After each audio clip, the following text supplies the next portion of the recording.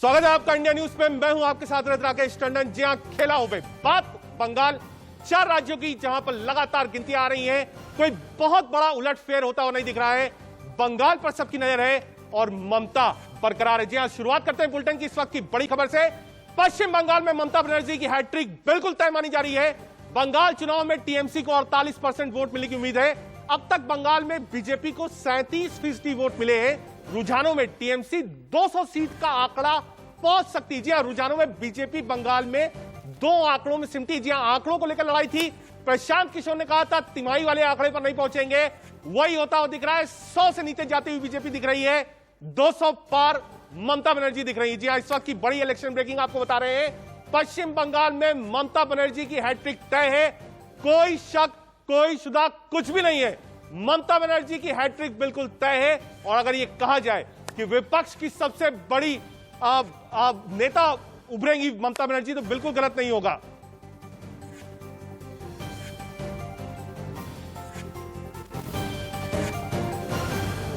बंगाल में तो ममता बनर्जी की हैट्रिक लग रही है, लेकिन नंदीग्राम में ममता का जो खेला है वो थोड़ा बिगड़ते हुए दिख रहा है। नंदीग्राम में जो इस वक्त के अपडेट्स है वो अगर आप पूछेंगे 6th राउंड में, तो 7,262 वोटों से ममता बनर्जी पीछे चल रही है। जी हां, एक तरफ जहां बंगाल में टीएमसी का खेला चल रहा है, वहीं दूसरी तरफ नंदीग्राम में ममता का खेला जो है वो शायद थोड़ा डिगरा रहा है।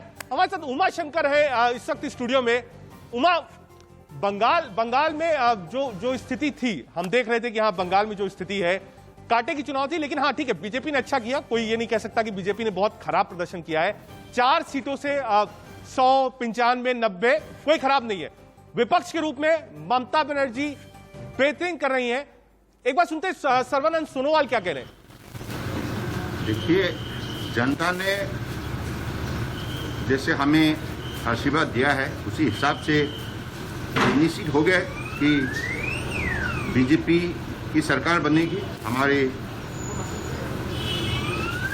एजीपी और यूपीपीएल का साथ हम सरकार बनाएंगे, ये स्पष्ट है। और सब जनता की जो आशीर्वाद सहयोग इसके वजह से हुआ है, तो अभी तो इंतजार करना पड़ेगा आखिरी गिनती तक।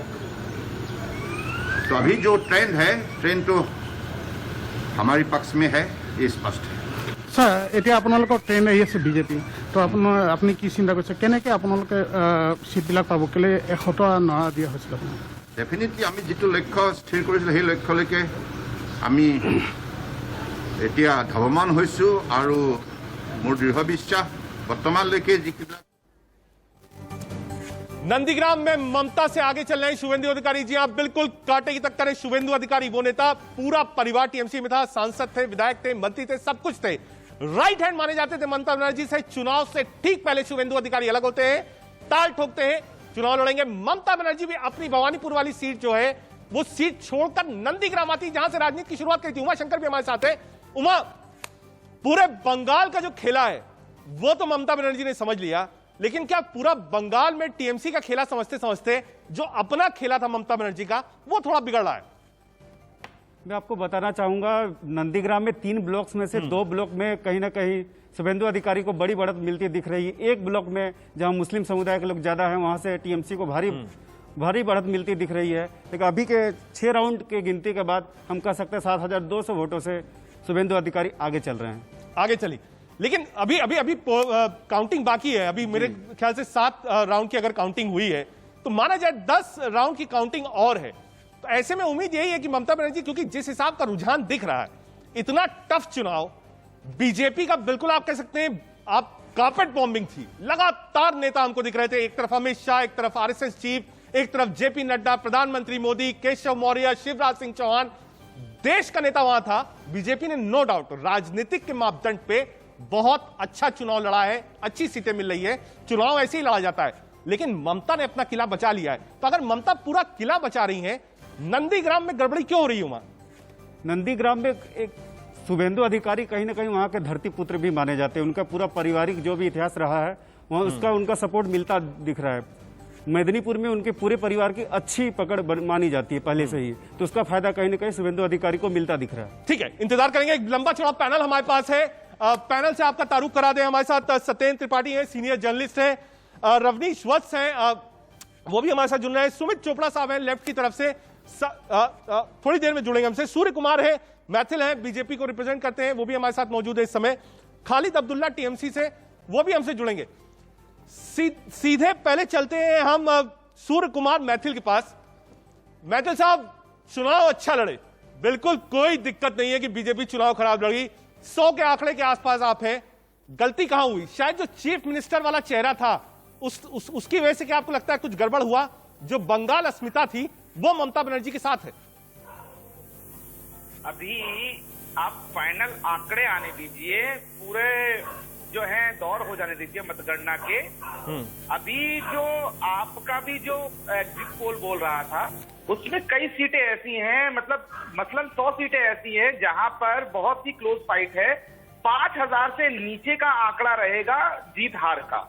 और यही कारण है कि ये जो अभी आपको दिख रहा है तृणमूल कांग्रेस की जो बम्पर बढ़त आपको दिखाई दे रही है, मैं आपको इस बात को बहुत जिम्मेदारी से कह रहा हूं, जैसे जैसे मतगणना के दौर पूरे होंगे और हम फाइनल मतगणना की तरफ जाएंगे, तब तब भारतीय जनता पार्टी की सरकार बहुमत में आते हुए आपको दिखाई देगी और ये फाइनल होगा।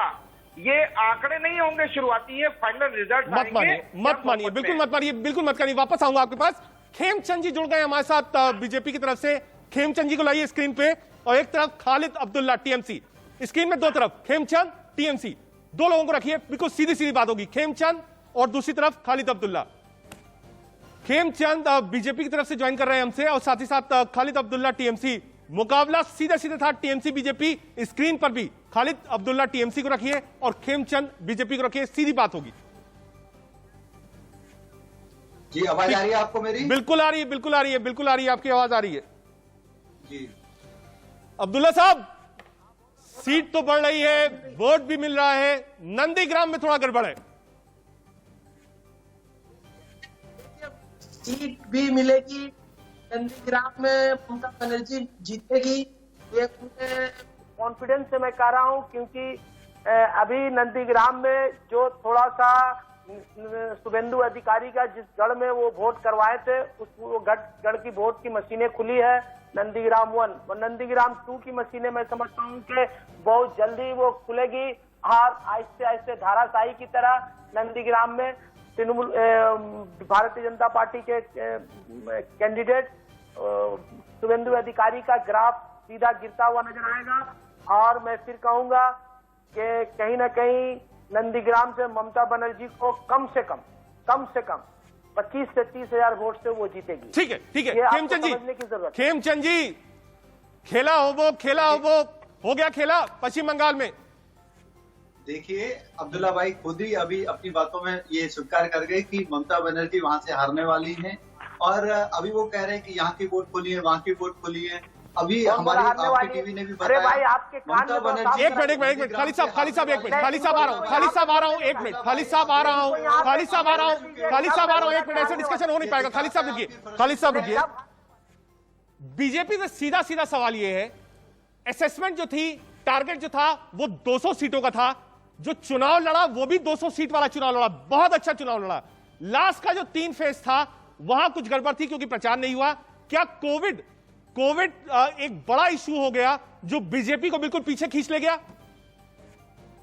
होने से ज्यादा हमारे नेताओं ने समझा कि हमारी ड्यूटी देश के प्रति, अपनी जनता के प्रति ज्यादा है, हमें चुनाव को यहीं पे, हमारी रैलियों को यहीं पे स्थगित करना है। इसीलिए हमारे नेताओं का समय वहां पे कम लगा, वो ध्यान कम दे पाए, उससे कहीं ना कहीं हमें नुकसान हुआ होगा। हमारे लोकल स्तर के कार्यकर्ताओं ने जबरदस्त मेहनत की, लगातार काम करते रहे, हमारे बंगाल के नेता लगातार काम करते रहे, लेकिन उत्साह में कहीं ना कहीं कमी आ जाती है अगर आपका नेतृत्व आपके साथ नहीं है। लेकिन सर, एक छोटा सबमिशन, सर एक बहुत छोटा सबमिशन आपसे चाहूंगा। बीजेपी के पास ठीक है 4 सीटें थी, 4 सीटों के बाद आप 18 सीटें लोकसभा में जीत के आए, आगे बढ़ते चले गए। मैं ये समझना चाहता हूं, ये जो आपने लगातार टीएमसी के नेताओं को बीजेपी में लिया, क्या ये भी बैकफायर कर गया? अगर बीजेपी आरएसएस अपना चुनाव लड़ती, अपने कैंडिडेट्स को लड़ती, क्योंकि बार बार लोग इस बात को कह रहे थे कि लोगों में नाराजगी है कैडर में कि आप टीएमसी कांग्रेस लेफ्ट के कैंडिडेट्स ले आ रहे हैं, लड़ा रहे हैं, इसमें फर्क क्या रह गया? देखिए भारतीय जनता पार्टी ने एक प्रोसेस के तहत लास्ट इलेक्शन में हम तो वहाँ पे कहीं पे भी नहीं थे, हम तो विपक्ष में भी नहीं थे, हमारा जो नंबर थे वो ना के बराबर थे। लेकिन 2019 इलेक्शन में भारतीय जनता पार्टी वहाँ पे मजबूती से खड़ी हुई, 18 सीटें हम लोगों ने जीती। लगातार हमारे कार्यकर्ता वहाँ काम करते रहे और जो अच्छे लोग दूसरी पार्टियों में थे वहाँ पे जो वो दुखी थे, पीड़ित थे, वहाँ पे जनता के लिए काम नहीं कर पा रहे थे, लोग उनकी सुनते नहीं थे, मुख्यमंत्री उनकी सुनती नहीं थी, मुख्यमंत्री सिर्फ अपने भतीजे के कब्जे में आ गई थी। तो वो उन लोगों ने भी भारतीय जनता पार्टी को मजबूत किया, भारतीय जनता पार्टी नहीं, को मुझे अब देखिए बस अब आपको क्लीन चिट देनी पड़ेगी। अब अब्दुल्ला साहब, कट मनी पे क्लीन चिट, भतीजावाद पे क्लीन चिट, गुंडागर्दी पे क्लीन चिट, सारी क्लीन चिट टीएमसी को चुनाव जीतते ही। देखिए, इनको कहीं ना कहीं सुनाई भी कम देती है और जबान में भी लगता है कुछ लगाम नहीं है, क्योंकि उन्होंने कहा कि मैंने खुद एक्सेप्ट कर लिया, मैं कहा कि 25 से 30 हजार वोट से ममता बनर्जी जीतेगी। दूसरी बात रही कि इन्होंने कहा कि यहाँ पे भारतीय जनता पार्टी के लोग को ले लिया गया है।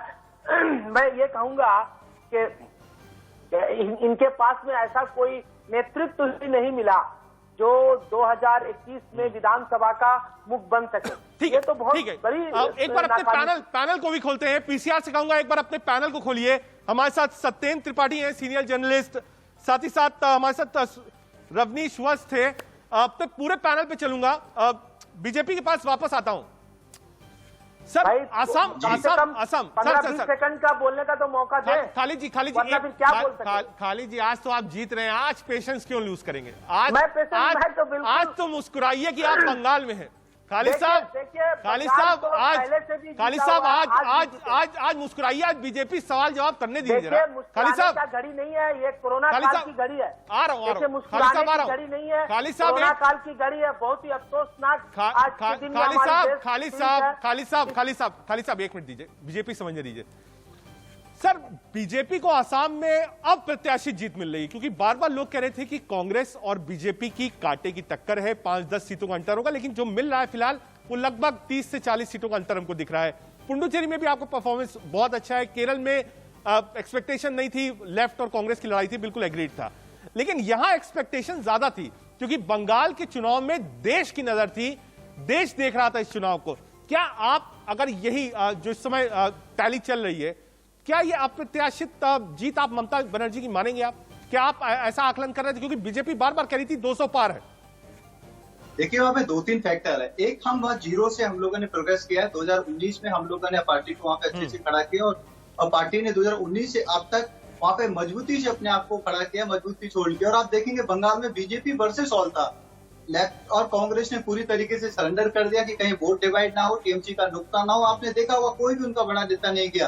दूसरा फैक्टर काम किया कि हमारे जो शीर्ष नेतृत्व ने मिड ऑफ अप्रैल में 3-4 चरण बचे हुए थे और उन्होंने अपने देखिए साहब, रोकूंगा आपको। देखिए, मना किया था इलेक्शन कमीशन ने, ना विजय जुलूस निकलेगा ना ही आप करेंगे। लेकिन जरा देखिए, टीएमसी का सेलिब्रेशन जारी है। क्या करें, टीएमसी कार्यकर्ता एक बार सुनवा देते हैं आपको।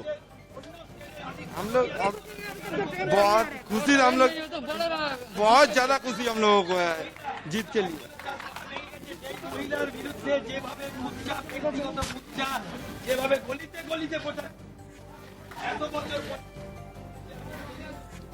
देखिए साहब, जश्न शुरू हो गया है, विजय जुलूस नहीं निकलेगा। इलेक्शन कमीशन ने साफ मना किया था, कोई विजय जुलूस नहीं है, लेकिन कार्यकर्ता भी मानते नहीं है। जी हाँ, टफ चुनाव होता है, महीनों चुनाव चलता है, दिन रात कार्यकर्ता लगे रहते हैं। ऐसे में जीत का जश्न फीका न रह जाए। लेकिन कोविड को समझिए, देश की परिस्थितियों को समझिए, आपकी देश की परिस्थिति क्या है। एक बार वापस स्टूडियो में लाता हूं, उमाशंकर हमारे साथ हैं।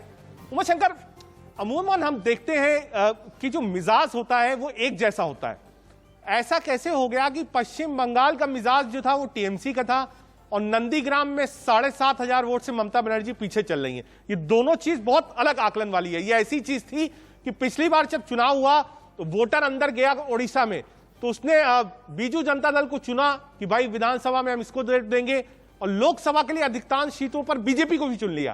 तो ये इतना माइंडसेट कैसे चेंज हो रहा है? नंदीग्राम वर्सेस पूरा पश्चिम बंगाल, इतना माइंडसेट चेंज क्यों? क्योंकि आप वहां रहे हैं, आप वहां लोगों से मिले होंगे। वहां के मुद्दे क्या थे? उन्होंने ममता को कैसे लिया?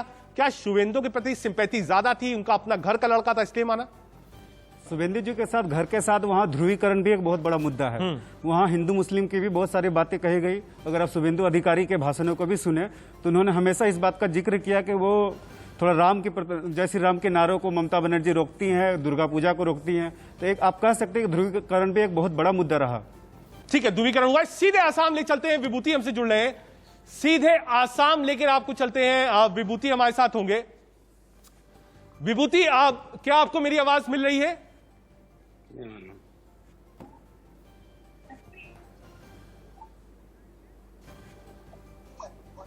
कट हो रहे हैं। ठीक है, ये विजुअल्स आप देख रहे हैं, आपको लगातार बता रहे हैं पश्चिम बंगाल की सभी 292 सीटों पर आ रहा है। ये देखिए, ये विजुअल्स आपको दिखेगा, पश्चिम बंगाल की गलियों का ये विजुअल्स है और ये बयां कर रहा है कि ममता बनर्जी जी हां सत्ता में हैट्रिक के साथ वापस आ रही है। हालांकि नंदीग्राम में भी फंसी हुई है। ठीक है, वापस एक बार अपने पैनल चलते हैं। मैं कहूंगा कि ये विजुअल्स जो है इसको हम स्क्रीन पर रखें, ये दिखाते रहे कि आखिर ज्यादा जो तबका है वो कहां देख रहा है। ये विजुअल्स बहुत इंपॉर्टेंट विजुअल्स हैं, फर्स्ट विजुअल्स हैं जो पश्चिम बंगाल से आ रहे हैं। जी हां, ममता बनर्जी क्षेत्रीय छत्र कांग्रेस पार्टी से अलग होती है, टीएमसी फॉर्म करती है, लेफ्ट से लड़ती है, सत्ता में आती है और आज बड़ा रथ बीजेपी का पश्चिम बंगाल में रोकने में कामयाब हुई। जी हां, ये जश्न की तस्वीरें आप देख रहे हैं, हरे रंग के साथ जो होली खेली जा रही है, होली भी है, खेला भी। एक बार वापस ये विजुअल्स बहुत कुछ बयां करते हैं। मुझे लगता है ये विजुअल्स हमको स्क्रीन पर रखना चाहिए। हम अपने पैनल के पास एक बार चलते हैं। सत्येंद्र त्रिपाठी सीनियर जर्नलिस्ट, रवनीश पत्र, साथ ही साथ सूर्य कुमार और खालिद अब्दुल्ला हमारे साथ मौजूद है। सुप्रिया सत्तम भी हमारे साथ है। शुरुआत इस बार करूंगा सत्येंद्र त्रिपाठी जी, सीनियर जर्नलिस्ट हमारे साथ हैं। सत्येंद्र जी, आवाज मिल रही है आपको? आवाज टूट के आ रही है, आप सभी टूट के आ रही है।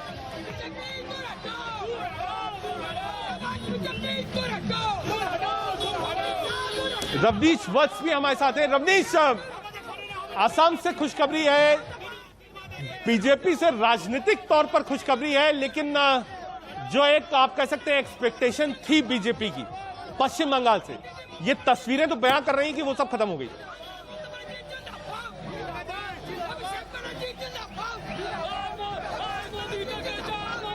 आवाज स्पष्ट नहीं आ रही है, इसे आप सुप्रिया सत्यम भी हमारे साथ है। सुप्रिया, आवाज मिल रही है आपको? जी मुझे आवाज मिल रही है, बताएं प्रश्न करें अपना। तस्वीरें देख लीजिए, तस्वीरें बयां कर रही हैं कि हाँ ममता ने अपना किला बंगाल में बचा लिया है। बिल्कुल, देखिए ममता दी इस बार भी काफी हो गई सत्ता पे, इसमें कोई दो राय नहीं है। ये भी सच है कि उनका विपक्ष इस बार मजबूत होने जा रहा है। अब वो एक छत्र राज नहीं कर पाएंगी वहाँ पे। अब देखिए उसका लड़ाई नहीं है, वर्चस्व का था, फजूल का था, राम दुर्गा का था, तो किसी सरासर सुरक्षा की बात ही नहीं की। पूछा नेताजी ने जवाब दिया तो निश्चित तौर पर कहीं कहीं बीजेपी चाहते हैं बिल्कुल दंड भेद सब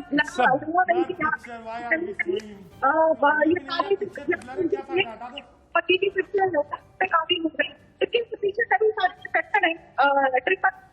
नाम दिया मैंने, उनका खुद बहुत मजबूत है और उनका चोट पे वोट मांगने का तरीका उन्होंने जो फेंका था, और दूसरा महिला जो 49% यहाँ पे मजबूत है और दीदी के साथ ही, क्योंकि दीदी ने दुर्गा वर्सेस कमर फेंका था, उसमें मेरे संदेश भी था कि उसका पार्टी मेंटालिटी जो है, जो मेंटालिटी नहीं चलेगा यहाँ पे।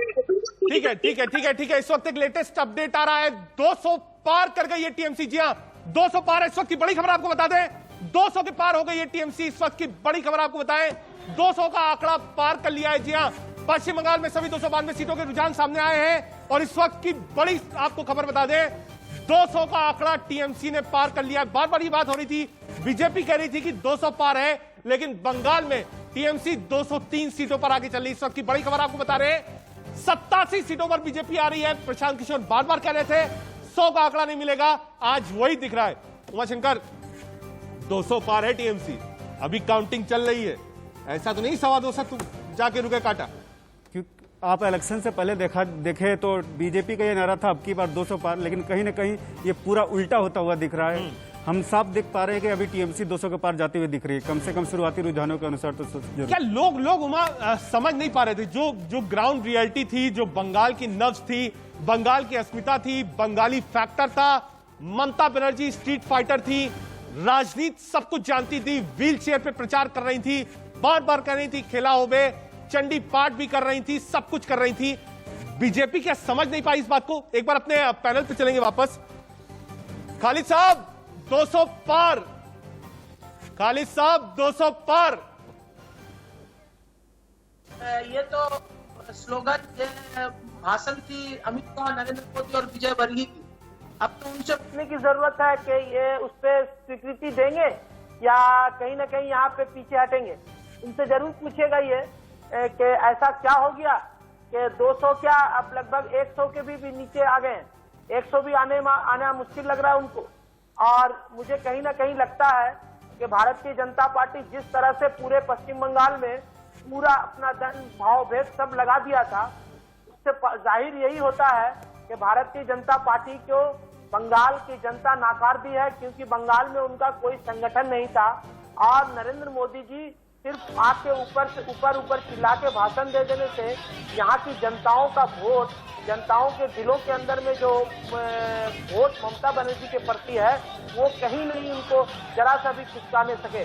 और ये कहूंगा कि वो लोगों ने इतना भी चेष्टा किया है कि पश्चिम बंगाल में करोड़ों रुपया डालकर जनता को बहलाने फुसलाने की कोशिश की। एक बार चलते हैं सत्येंद्र त्रिपाठी जी के पास। ठीक है, एक मिनट खालिद भाई आ रहा हूं। एक बार सत्येंद्र त्रिपाठी जी के पास चलते हैं।